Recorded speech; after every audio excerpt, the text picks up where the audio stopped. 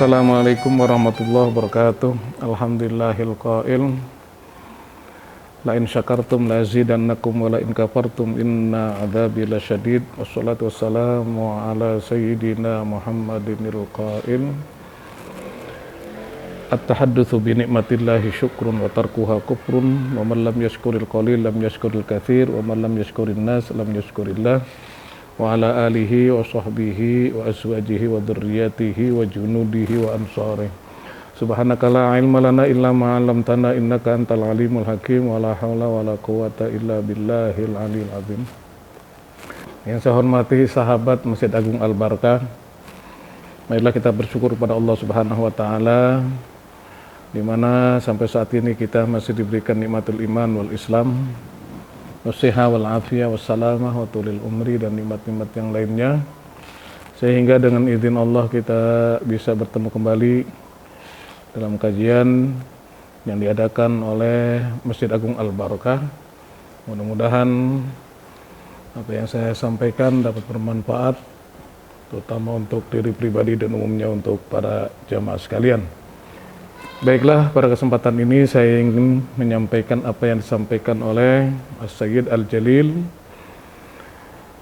Ibrahim Al-Khawas radhiyallahu an, di mana beliau berkata, dawaul qalbi khamsatu asya. Obatnya hati itu ada 5 perkara. Obatnya hati itu ada 5 macam. Yang pertama, qiraatul Qur'an bitadabbur. Yang pertama adalah membaca Quran dengan bertadabbur. Artinya bertadabbur adalah merenungi apa yang kita baca di dalam Al-Quran itu. Memahami apa yang ada di dalam Al-Quran itu. Kita membaca Al-Quran adalah sesuatu yang menjadi keharusan bagi kita, karena itu kitab suci kita. Siapa yang akan membaca kitab suci kita kalau kita tidak sendiri? Kita punya planning 1 bulan hatam 30 juz, 2 bulan, 3 bulan hatam 30 juz. Itu planning kita.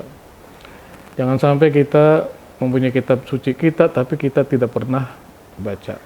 Nah, di dalam membaca Al-Quran ini ya, kalau kita mampu, dapat kita renungi, dapat kita pahami isi kandungan yang ada di dalam Al-Quran tersebut. Kenapa? Karena kita diajarkan oleh Rasulullah SAW untuk mentadabburkan Al-Quran. Wa idza quri'al Qur'anu fastami'u lahu wa ansitu la'allakum turhamun. Apabila Al-Quran itu dibaca, dengarkan dan perhatikan. Semoga kalian, kata Allah dalam firman-Nya, la'allakum turhamun, semoga kalian mendapatkan rahmat dari Allah Subhanahu wa taala. Nah, dalam membaca Al-Quran ini kita harus pahami juga tentang ilmu tajwidnya, makhrajnya, tentang bacaan-bacaan yang ada di dalam Al-Quran tersebut. Tidak boleh kita sembarangan dalam membaca Al-Quran. Kita tidak pakai ilmu tajwidnya, tidak kita pakai makhrajnya dan lain sebagainya.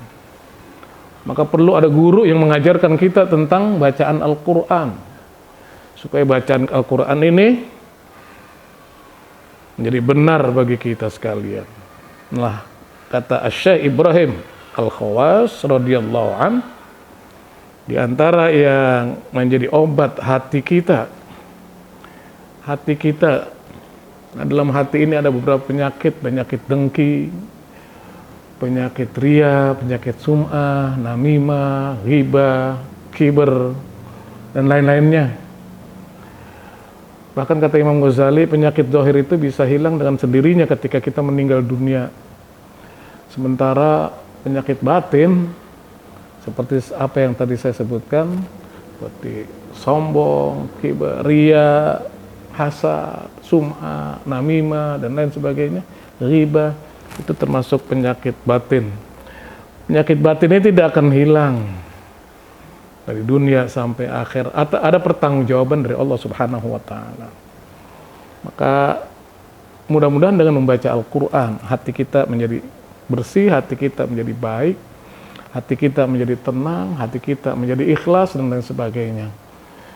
Itu yang pertama. Yang kedua, kata Syekh Ibrahim Al-Khawas, Wa khala'ul batni, perut kita banyak kosong.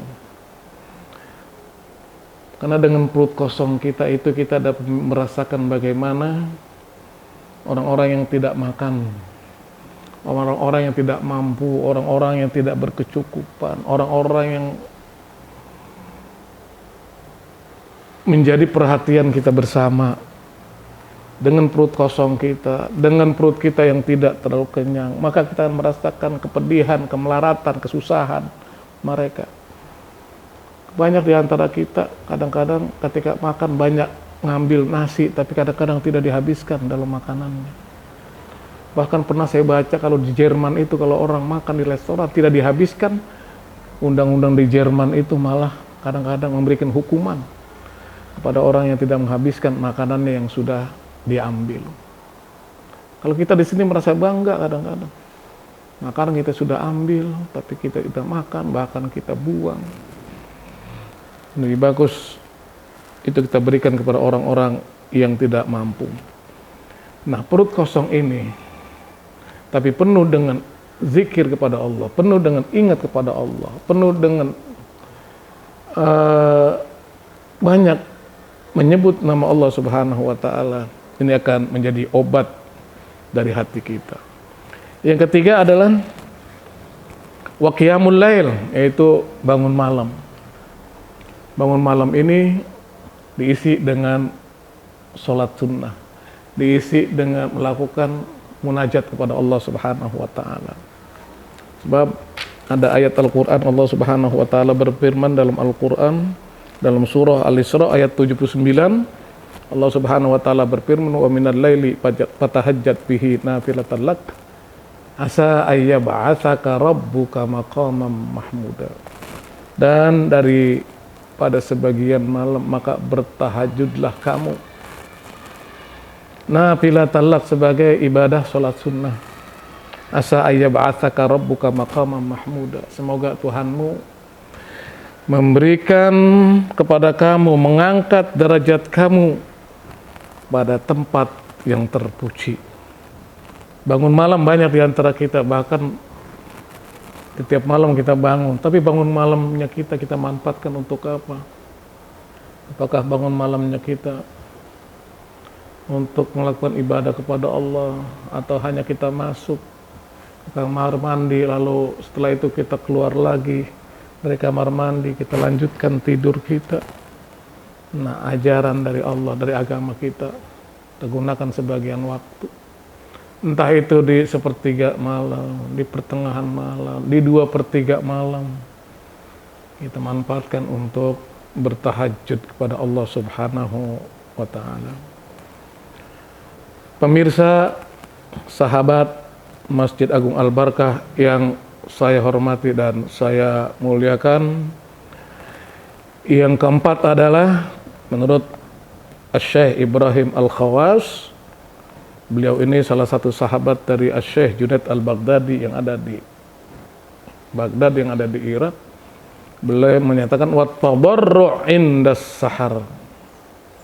Kita dituntut untuk merendahkan diri kita ketika datang waktu sahur. Artinya waktu menjelang subuh. Bahkan banyak hadis-hadis yang menyatakan kita disuruh banyak bermunajat kepada Allah Subhanahu wa Ta'ala ketika sebelum datang waktu subuh, bahkan setelah datang waktu subuh. Yang dimaksud dengan wat tadarru' indas sahar, merendahkan hati kita, mendekatkan diri kita kepada Allah Subhanahu wa Ta'ala di waktu sahur. Kita harus banyak bermunajat, meminta kepada Allah. Apapun yang kita minta, apapun yang kita mohon kepada Allah Subhanahu wa Ta'ala, insya Allah Allah akan memberikan kepada kita semuanya. Yang terakhir, yang kelima adalah di antara doa hati yang disampaikan oleh Syekh Ibrahim bin Khawas adalah wa mujalasatus sholihin, yaitu bergaul, berteman dengan orang-orang yang baik. Berteman dengan orang-orang yang baik akan menghasilkan yang baik. Berteman dengan orang-orang yang tidak baik, kita tidak pandai untuk menyaringnya, maka kita akan terjerumus kepada perbuatan yang tidak baik. Maka carilah yang banyak sahabat kita, teman kita, kawan-kawan kita yang baik, supaya kita menjadi orang yang baik. Dan kita minta doakan dari orang-orang yang baik itu untuk menjadi orang yang baik. Nah, zaman sekarang ini banyak orang yang mulutnya baik, tapi kadang-kadang hatinya tidak baik. Banyak orang yang ucapannya baik, tapi hatinya kadang-kadang busuk, tidak baik. Kita cari teman yang baik. Kita cari teman-teman yang baik, bukan teman-teman al-jalisi su, teman-teman yang buruk, teman-teman yang jahat, teman-teman yang menyebabkan kita mendapatkan dosa atau mendapatkan maksiat dari Allah Subhanahu wa taala. Saya kira ini yang dapat saya sampaikan. Semoga ada manfaatnya. Hadanallahu wa iyyakum ajmain. Billahi taufiq wal hidayah wa birridha wal inayah. Wassalamualaikum warahmatullahi wabarakatuh.